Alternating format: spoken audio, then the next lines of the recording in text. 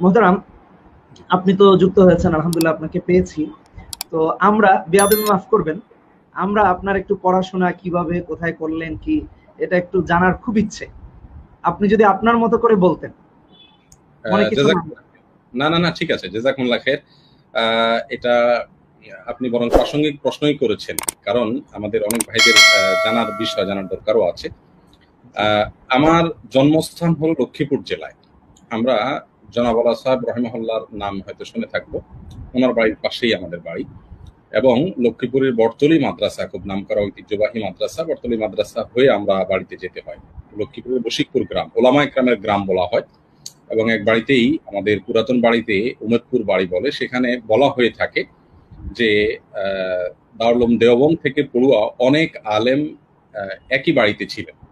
এবং সংখ্যাটা আমার মনে হয় একটু অত্যুক্তি হয়, কিন্তু কবরস্থানে গেলে যখন সব মাওলানা লেখা দেখি, যাদের মৃত্যু আমার জন্মের আগেও হয়ে গেছে, তো তখন বুঝতে পারি যে আসলেই অনেক ওলামা একরাম এখানে ছিলেন, যদিও সে ঐতিহ্য এখন একেবারে শূন্যের কোঠায়। তো লক্ষ্মীপুরে আমার জন্ম। এরপরে মাদ্রাসার পড়াশোনা বা দিনী পড়াশোনা প্রথমে তো মা বাবার হাতেই শুরু, বাসায় শুরু, আমার মায়ের হাতে শুরু, আমার চাচার হাতে শুরু। এরপরে গ্রামে আমাদের স্কুলে ক্লাস 3 পর্যন্ত আমার যতটুকু মনে পড়ে আমি পড়েছি। এরপরে আমার বাবা আমাকে মাইজদি, অর্থাৎ নোয়াখালী জেলার যারা আছেন তারা জানেন, নোয়াখালীর জেলা শহর মাইজদি, এই মাইজদির অদূরে বোধহয় হরিনারায়ণপুর একটা গ্রাম, সেখানে দানামিয়ার মাদ্রাসা নামে একটা মাদ্রাসায় আমাকে ভর্তি করান। দানামিয়ার হোটেল নামে একটা নামকরা হোটেল, যারা নোয়াখালীর আছেন তারা জানেন, এই হোটেলের মালিক ওই মাদ্রাসা করেছেন মূলত। তো সেখানে নুরানির পড়াশোনাগুলো আমি শুরু করি, একেবারে নুরানি আলিম বাতাসা থেকে নুরানির প্রাথমিক 1, 2, 3 জামাত, কওমি মাদ্রাসা ছিল এটা। কওমি মাদ্রাসা, জি। সেখান থেকে আমি চন্দ্রগঞ্জ, লক্ষ্মীপুরের চন্দ্রগঞ্জের গোয়ালিয়া মাদ্রাসায় পড়ি, বোধহয় উর্দু খানা শুধুমাত্র। এরপরে আমি চলে যাই হাতিয়াতে। হাতিয়া হুজুর রাহিমাহুল্লাহর কাছে নাহবে মির আমি সরাসরি হুজুরের কাছে পড়ি, মিজান আমি ওনার কাছে পড়ি। এবং হাতিয়া হুজুর রাহিমাহুল্লাহ আমাকে, আমার নামটা, মজার বিষয়, আমার নামটা রেখেছেন হাতিয়া হুজুর রাহিমাহুল্লাহ। আমার নাম ছিল ভিন্ন, নাম ছিল আহমদ হুসাইন।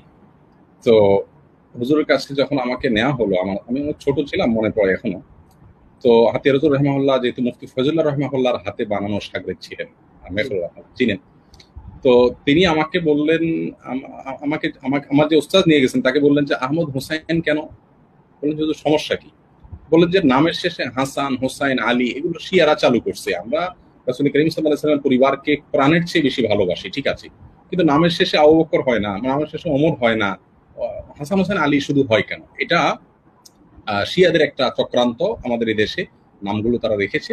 আমরা এমনি শুধু হাসান রাখবো, এমনি শুধু হোসাইন রাখবো, এমনি শুধু আলী রাখবো, কিন্তু নাম রাখলেই সেখানে আলী, হাসান, হোসাইন, এটা একটা কমন ট্র্যাডিশনে পরিণত হয়ে গেছে। কেন?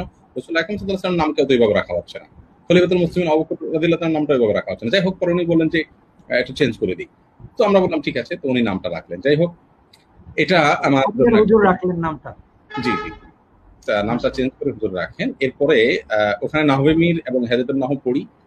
যথাসম্ভব, সনটা আমার মনে নেই আসলে, 88-র বন্যায় সম্ভবত ভয়াবহ আকারে হাতিয়াতে মানুষের প্রাণহানি হয়, আমরা বেঁচে যাই আলহামদুলিল্লাহ। সেখান থেকে আমি ফেনী হয়ে চলে যাই হাটহাজারীতে। আমার এক উস্তাদ, হাটহাজারীর মুফতি শহীদুল্লাহ সাহেব রাহিমাহুল্লাহ মারা গেছেন, আমার উস্তাদ, ওনার কাছে চিঠি লিখে পাঠান। তো আমি আমার উস্তাদের পাশের রুমে ছিলাম, এবং যতদিন হাটহাজারীতে ছিলাম ততদিন হাফেজ শহীদুল্লাহ রাহিমাহুল্লাহর খাদেম হিসেবে ছিলাম। যারা হাটহাজারীতে পড়েছেন তারা জানেন, সেখানে হুজুরদের খাদেমদের এক বিশাল পাওয়ার থাকে। তো আমাদেরও সে পাওয়ার ছিল। আমি ছোট পিচি ছিলাম, কিন্তু জানতো যে হাফেজ শহীদুল্লাহ সাহেব হুজুরের খাদেম। অন্য ছাত্ররা খুব টাইট হয়ে থাকতো, জানে যে হুজুরদের খাদেমরা কোনো নোটিস করে দিলে অনেক সমস্যা হতে পারে। যাই হোক, সে মজার ইতিহাস। হাটহাজারী মাদ্রাসায় ছিলাম। সেখান থেকে যশোরের দরজনা মাদ্রাসা জামিয়া সাহেব, সেখানে আসি। সেখানে এসে আমি পড়াশোনা করি, সরহবিকে আর পরীক্ষা দেবে ফাঁকে 10 নম্বর স্ট্যান্ড করি সেখান থেকে। তারপরে যা মেশকাতে ওই একই মাদ্রাসায় পড়ি, সেখানে 3 নম্বর স্ট্যান্ড করি। দাওরা ওখান থেকে পড়ি, সেখানে 2 নম্বর স্ট্যান্ড করি আলহামদুলিল্লাহ। আমরা মার্কাজুদ দাওয়ার মৌলানা আব্দুল মালিক সাহেব হাফিজাহুল্লাহর যে মাদ্রাসার জাকারিয়া আব্দুল্লাহ ভাই আছেন, আমরা অনেকে চিনি ওনাকে। আমরা হাটহাজারীতে একই রুমে ছিলাম, এবং হাফিজ শহীদুল্লাহ রহমানুল্লাহ খাদেম হিসাবে আমরা একই সঙ্গে ছিলাম। পাশাপাশি তিনি এক জামাত উপরে ছিলেন, এবং সেই সাথে আল্লাহ মাহমুদ শফি হাফিজাহুল্লাহর ছেলে আনাস মাদানী আজকে, যাকে আমরা খুব বেশি আলহামদুলিল্লাহ, তিনিও জাকারিয়া আব্দুল্লাহ ভাইদের সাথে ছিলেন, অর্থাৎ আমাদের এক জামাত উপরে ছিলেন, কিন্তু আমরা পাশাপাশি ছিলাম। এরপরে আমি চলে আসি তো যশোরে, সেখানে এসে দাওরা শেষ করি। দাওরা বস্তু জাকারিয়া আব্দুল্লাহ ভাইয়ের সাথে পরীক্ষা দেই। জাকারিয়া আব্দুল্লাহ ভাই নিয়মিত ফার্স্ট হয়ে থাকেন বিভাগে, কিন্তু ওই বছর তিনি অসুস্থ ছিলেন, যার কারণে তিনি 5 হয়ে গেলেন, 5 নম্বর, আমরা 2 নম্বর হই। এরপরে ইফতাপড়ি করলাম দারুল উলুমে। এ হলো মোটামুটি আমার পড়াশোনার জিন্দেগি, অর্থাৎ একেবারে শুরু থেকে শেষ পর্যন্ত কমে আসতেছে। আলহামদুলিল্লাহ তুষার, অনেক অজানা ইতিহাস আমরা জেনে ফেললাম।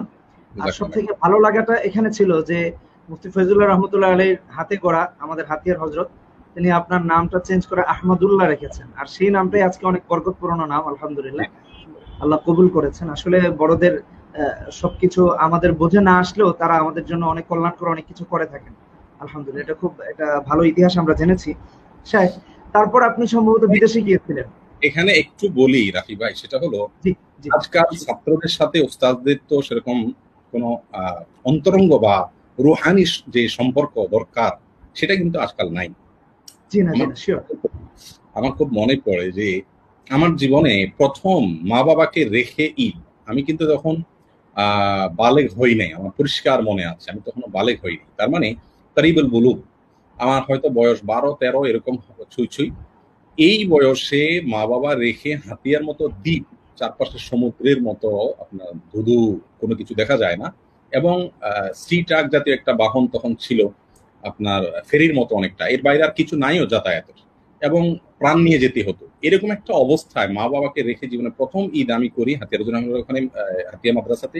আমার মনে আছে যে উস্তাজের ভালোবাসা, উস্তাজের স্নেহ মমতা এই লেভেলের ছিল যে ঈদের সময় বাড়ি যাওয়ার কথা ভুলে গেছি এবং যাই নাই, ঈদ ওখানে কাটিয়েছি। আমি না, আমার সাথে এরকম শত শত ছেলে পেলে আমার মতো 12-13 বছর বয়সে, সেই যুগের, এখনকার যুগের বাচ্চা হলো ভিন্ন কথা, অনেক সাহসী হয় এখনকার ছেলে পেলেরা, তখন মা বাপকে রেখে এখানে থেকে গেছি। এবং উস্তাজের স্নেহ ভালোবাসা যে কি জিনিস সেটা এখনো খুব টাচ করে। জি, জাযাকুমুল্লাহ খাইর। আমার মনে হয় আমাদের ছাত্র বন্ধু যারা আছে তাদের উচিত হবে বিশেষ করে উস্তাজদের সাথে রুহানি একটা সম্পর্ক যেন তাদের থাকে, সেই দিকটাকে খুব বেশি খেয়াল। আমি আমি আমি যদি আপনার সাথে একটু যুক্ত করি, যেমন আমাদের দেখলে অনেকে মনে করে আমরা মনে হয় এভাবেই পড়াশোনা করে মানুষ হয়ে গিয়েছি বা এটুক পর্যন্ত এসেছি, এরকম না। আমার মনে আছে হুজুরের কাপড় ধোয়া, বাজার করা থেকে নিয়ে হিফজখানার কথা বলছি, তারপর সেগুলোকে আয়রন করে দিয়ে রেডি করে দিয়ে, তখন বুঝতামই না। আপনি যে কথাটা বলেছেন ঠিক, হয়তো বা 10-11 বছর ছিল, তো আমাদের এই অবস্থায় আমরা এতটুকু খেদমত করেছি। আর এখনকার ছাত্ররা, আপনি যেটা বলছেন আসলে সাহস বেশি, এই সাহসটা তাদেরকে অনেক জায়গায় দেখা গিয়েছে যে বেয়াদবি পরিণত করছে, যে কারণে ইলমের ফায়দাটা নেওয়া হচ্ছে না। সো এটা উচিত না। অবশ্যই অবশ্যই উস্তাদের খেদমত করা, উস্তাদের সেবা করা। যদি আপনি এ ব্যাপারে কিছু বলতেন ছাত্রদের জন্য। আমি আরেকটু যোগ করি একটু। আমি যখন হাটাজারিতে পড়ি, হাফেজ শহীদুল্লাহ শাহজুর রাহিমাহুল্লাহ, আমার মনে আছে ওনার ভেতরে আমি রাসূল করিম সাল্লাল্লাহু আলাইহি ওয়াসাল্লামের একটা সিফত দেখতে পেতাম, সেটা হলো আজান হয়ে গেলে হুজুর কাউকে আর চিনতেন না। রাসূল করিম সাল্লাল্লাহু আলাইহি ওয়াসাল্লামের বিশেষ কিছু হালতে তিনি আমাদের আয়েশাকেও চিনতেন না। আমরা জানি হাদিসে রয়েছে যে জিজ্ঞেস করছেন কে, বলেন আয়েশা, বলেন আয়েশাকে, বলে বিনতু আবি বকর, বলে আবু বকরকে, বলে ইবনু আবি কুহাফা। রাসূল আকরাম সাল্লাল্লাহু আলাইহি ওয়াসাল্লাম চিনতে ছিলেন না। তো আজান হয়ে গেলে তার চেহারা লাল হয়ে যেত, মানে অস্থির হয়ে যেতেন মসজিদে যাওয়ার জন্য। তো আমার উস্তাদের ভিতরে আমি সেই জিনিসটা দেখতে পেতাম। একেবারে পরিষ্কার মানুষ ছিলেন, সাদা দবদবে মানুষ ছিলেন, লাল হয়ে যেত রক্তিম বর্ণের তার চেহারা, এবং আজান হলে পাগলের মতো করে ছুট। আমার মনে আছে প্রায় দেখতাম যে উনি বাবলি চুল ছিল, এলোমেলো অবস্থায় উনি হুড়মুড় করে দৌড় দিতেন মসজিদে, এবং প্রথম কাতারে গিয়ে বসে থাকতেন। যদিও আজ আমরা যারা ছাত্রদের কথা যে বলছি, সে সাথে আমরা যারা উস্তাজ রয়েছি আমাদেরও ত্রুটির জায়গা রয়েছে, আমরা কিন্তু ছাত্রদের জন্য কাঁদি না। আমার মনে আছে নফহাতুল আরব কিতাব যথাসম্ভব হাফেজ শহীদুল্লাহর কাছে পড়েছি আমি, তো ওইটার পরীক্ষা তিনি আমার নিচ্ছেন মৌখিক হেদায়া ক্লাসের ভেতরে। তো আমি কিচ্ছু পারতেছিলাম না, একটা প্রশ্নের উত্তর পারছিলাম না, আমি হুজুর যেটাই ধরেন আমি পারছিলাম না। যখন পরপর কয়েকটা প্রশ্ন উত্তর আমি এইভাবে পারি নাই, তো আমার এখনো মনে আছে, হাফেজ শহীদুল্লাহ সাহেবকে যারা চিনেন তারা জানেন, হুজুর তখন ছেলে মানুষের মতো, বাচ্চার মতো কেঁদে দিলেন, এবং স্টেজে বসা শত শত ছেলে পরীক্ষা দিচ্ছে বসে কেঁদে দিয়ে হুজুর আমাকে বললেন যে বাবা, চিটাঙ্গা ভাষা বললেন, তুই আর খেদমত করতে করতে পড়ালেখা করিস না ফরত, ইল্লা খেদমত আর করেন না করি। খুব রাগ হয়ে গেল, নিজেকে অপরাধী মনে করলেন যে এই ছেলেটা আমার খেদমত করতে করতে। আমি মনে আছে এক বালতি করে কাপড় সপ্তাহে 2 দিন 3 দিন ধুইতাম, রান্না বাড়া বলতে ডিম টিম ভাজি করতাম, বাসার কাজগুলো করতাম, সমস্ত কাজগুলো করতাম। আলহামদুলিল্লাহ ওস্তাজের ওই সময়ে আমাকে একটা ধমক দিলেন এবং বললেন তুমি আর খেদমত গ্রহণ করিব পয়লা বালা করি করো। তো চিটাঙ্গের ভাষায় ভাষা বলার পরে আমি চিন্তা করলাম না আমার এই জায়গায় ত্রুটি আছে, পড়ার দিকে একটু বেশি করে মনোযোগ দিলাম। এরপর থেকে জীবনে ক্লাসে আলহামদুলিল্লাহ কখনো সেকেন্ড হতে পারিনি। মাশাআল্লাহ মাশাআল্লাহ। এভাবেই আপনি আমাদের কাছে ভালোবাসার হয়ে উঠেছেন। আমাদের একজন দর্শকের মতামত আপনাকে নিয়ে, আহমদুল্লাহ ভাইকে আল্লাহর জন্য ভালোবাসি। ওনার মাঝে ডাক্তার আব্দুল্লাহ জাহাঙ্গীর রহমতুল্লাহ আলাইহি স্যারের প্রতিচ্ছবি দেখতে পাই। ওনার সবচেয়ে বড় গুণ হচ্ছে কারো সমালোচনা না করে কোরআন এবং হাদিস থেকে ইসলামের সৌন্দর্যকে তুলে ধরেন। জাযাকাল্লাহ খাইরান। আমি আর কিছু বলতে চাই না, আশা করি আপনি শুনেছেন আলহামদুলিল্লাহ। তো আমরাও এই জন্য ভালোবাসি আলহামদুলিল্লাহ। খুব ভালো কথা ভাই লিখেছেন। অনেকেই তাদের ভালোবাসার বহিঃপ্রকাশ ঘটিয়েছেন। আচ্ছা মুহতারাম, একটা বিষয় জানতে চাই, তারপর আপনি সম্ভবত বিদেশে চলে গিয়েছিলেন। জি জি জি। বিদেশে আমাদের ছেড়ে চলে গেলেন, আবার কিভাবে আসলেন? পরপরই আমি যাইনি, আমি পড়ালেখা করার পর কর্মজীবন আমার শুরু হয়েছে, বেফাকে ভালো ফলাফল হয়েছে। সেই সুবাদে দারুল রাশাদের প্রিন্সিপাল, বর্তমান প্রিন্সিপাল এবং প্রতিষ্ঠাতা মাওলানা সালমান নাদবী হাফিজাহুল্লাহ, সেখানে আরেক গল্প, আমার বাবা যশোরে ব্যবসা করতেন, ওনাদের গ্রামের বাড়িতে নলতাতে আমরা ভাড়া থাকতাম। সেই শেখে আমি হাতিয়া থাকতে ওনার সাথে পরিচয়, সে বহু আগের কথা। যাই হোক, পরবর্তীতে আমার পড়াশোনা যখন দাওরা রেজাল্টটা ভালো হয় আলহামদুলিল্লাহ, মেশকাতে শারকাতে বেফাকে ভালো রেজাল্ট হয়, তখন হুজুর অফার করলেন দারুল রাশাদের শিক্ষকতার জন্য। প্রথম কর্মজীবন শুরু দারুল রাশাদের শিক্ষকতা দিয়ে। প্রথম মিটিংয়েই আমাকে নাজেমে দারুল গাওয়া বানিয়ে দেওয়া হলো। অর্থাৎ আমার জীবনের শিক্ষকতা শুরু আমার মুখে দাঁড়িয়ে সামান্য গজাইছে। আর দারুল রাশা সম্পর্কে আপনারা জানেন, বয়স্কদের মাদ্রাসা, সেখানে অনেক ক্যাপ্টেন, অনেক আপনার ডাক্তার ইঞ্জিনিয়াররা, স্টুডেন্ট, এবং এসএসসির নিচে তো কেউই নাই, সবাই এসএসসির উপরে। আর আমি হলাম তাদের ওস্তাদ নয় শুধু, আপনার নাজেমে দারুল কাম। তো যাই হোক, এটা বানিয়ে সাহেব মজার ছিল। 3 বছর সেখানে আমি শিক্ষকতা করলাম। এবং এর মাঝে ইমামতি হলো আমার মণিপুরে, বর্তমানে ওমায়ের কুব্বাদি নামে আপনারা এক আলিমকে অনেকে চিনেন। ওমায়ের কুব্বাদি যে মসজিদে আছে, ওমায়ের কুব্বাদিকে আমি দিয়ে গেছি, আমার মসজিদে আমি নিজে হাতে বসিয়ে ওনাকে রেখে গেছি উইদাউট ইন্টারভিউ।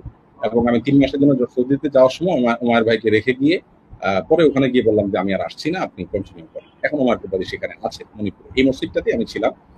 তো এই মসজিদে যাওয়াকে নিয়ে সালমান সাহেবের সাথে আমার একটু ভুল বোঝাবুঝি হয়, তখন দারুল রাশাদ থেকে আমি ইস্তফা দিয়ে চলে আসি, আরজাবাদে যোগ দিই। আরজাবাদে রেজাউল করিম ইসলামী রাহিমাহুল্লাহর সাথে এবং অন্য বড় ওলামা ইকরামের সাথে দাওরা হাদিসের খেদমত করার সুযোগ হয়। ইফতায় আমাদের কিছু ভাইদের সাথে, ইফতার ভাইদের সাথে, ছাত্র ভাইদের সাথে বসার তৌফিক হয়। মেশকাতে সহ উপরের দিকে কয়েকটা ক্লাস আমাকে দেওয়া হয়।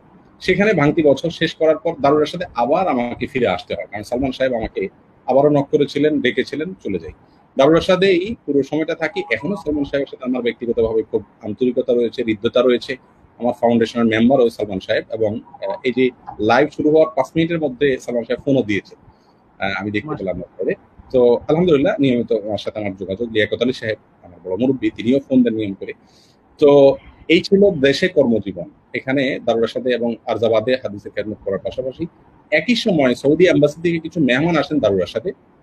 ওনারা আসার পরে কোথাও ফাঁকে আমার সাথে একটা ভালো সম্পর্ক তৈরি হয়। আমি ভালো আরবি বলতে পারতাম। তো একবার এম্বাসিকে আমাদেরকে দাওয়াত দেওয়া হলো, সৌদি এম্বাসিকে। আমি মাওলানা সালমান সাহেব, দারুল রাশাদের শেখ সাইবুর রহমান সাহেব, আরো অন্যান্য ওলামা ইকরাম আমরা গিয়েছি। তো সেখানে সবচেয়ে বেশি কথা আমি বলেছিলাম, আমি বাচ্চা মানুষ ছিলাম, তো পোলাপায়ের নাম তো বেশি কথা বলে, সেই হিসাবে আমিও বেশি কথা বলছি। তো বেশি কথা বলার কারণে ওনাদের কাছে খুব নজরে পড়ে গেল, ওনারা আমার নাম্বার টাম্বার নিল। 1 বছর পরে ওই ভদ্রলোক যারা সৌদি থেকে এসেছিলেন এম্বাসিতে, কোন একটা সৌজন্য সাক্ষাৎ ছিল, উনি আমাকে নক করলেন, করে বললেন তুমি সৌদিতে আসবা, চলে আসো। আমি বললাম কি জন্য? বললেন যে আমাদের এখানে ওয়াজ ইসলামিয়াতে দাওয়াতের কাজে আসবা। তো আমি আমার ওস্তাদের সাথে পরামর্শ করলাম, বললেন যে যাও, তাদের হবে। আমি বললাম যে কিছু না হোক ফ্রি হজ আর উমরা তো হবে, যাই ঘুরে আসি। তো এই যাওয়ার পরে 10 বছর থাকা সেখানে, আলহামদুলিল্লাহ সেখানে আমাদের বাংলাদেশি প্রবাসী ভাইদের মধ্যে দাওয়াতি কাজ করার চেষ্টা করেছি। 10 বছর থাকার পরে আমার মনে হলো যে আসলে লাক্সারিয়াস লাইফ লিড করা এটা তো জিন্দিগি না। আমার কাজের ক্ষেত্রে তো আমার দেশ, প্রবাসে ভাইদের মধ্যে কাজ করা যায়, কিন্তু সেখানে তো এতটা অবাধে কাজ করার সুযোগ। তখন সিদ্ধান্ত নেই যে না, দেশে চলে আসবো এবং দেশে এসে কাজ করব। তখন থেকে ওখান থেকে বসেই একটা প্রতিষ্ঠান করার চিন্তা করছিলাম। সেই চিন্তা থেকে আস্তে আস্তে যখন অগ্রসর হয়, তখন আলহামদুলিল্লাহ 2018-র শুরুর দিকে 10 বছর তিলকা আশাতুন কামালাতুন পূর্ণ হয়ে যাওয়ার পরে দেখলাম যে না, নিজ দেশে ফিরে যাওয়া উচিত। যদিও আমি সৌদি আরবে সারা জীবন যদি কাটিয়ে দিতে চাইতাম, তো হয়তো সেই সুযোগ আমার জন্য ছিল, ফ্যামিলি সহ আমার কোনো বাধা ছিল না, এবং এখন যে কষ্টে আছি সেই কষ্টগুলো থাকতো না, অনেক আরামের সাথে থাকা যেত। কিন্তু চলে আসছি কারণ আমি জানি যে দেশে কাজ করার সুযোগ অনেক বেশি। বিশেষ করে ডক্টর খন্দকার আপনারা জাহাঙ্গীর আলমের সাথে পরামর্শ